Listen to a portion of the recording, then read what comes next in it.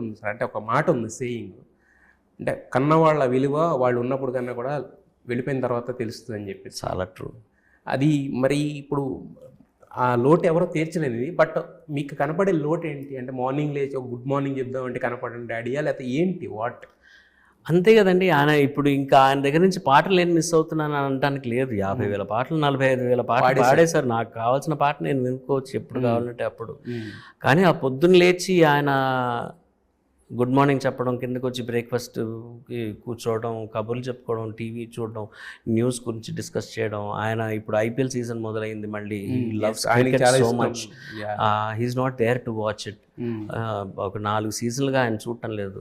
5 సీజన్లుగా. అంతకుముందు గ్రౌండ్కి పిచ్చగా గ్రౌండ్కి వెళ్ళేవారు కాదు, ఇంట్లో. He needs that comfort. పెద్ద టీవీ, ఏసీ అండ్ యూనో ఆ comfort he needs all that అనమాట. He won't go to the ground.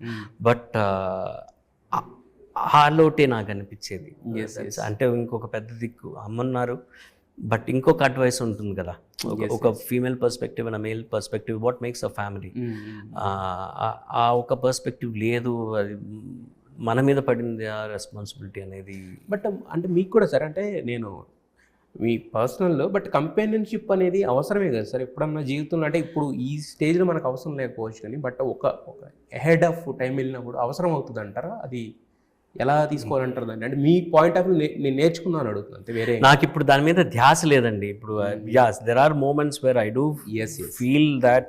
ఒక ఇంటికి వచ్చి హౌ కెన్ ఐ డిస్టర్బ్ అమ్మండి రాత్రిపూట, నాకు ఆకలిస్తుంది, నాకేమైనా కావాలంటే అమ్మని లేపలేను కదా, నేను చేసుకోవాల్సి వస్తుంది. అదొక ఇబ్బంది. లేకపోతే నేను ఊరికి బయలుదేరుతున్నాను, నేనే బట్టలు సర్దుకోవాలి, నేనే నా పరుపు సర్దుకోవాలి, క్లాజెట్లు సర్దుకోవాలి, ఇవన్నీ ఉన్నాయి.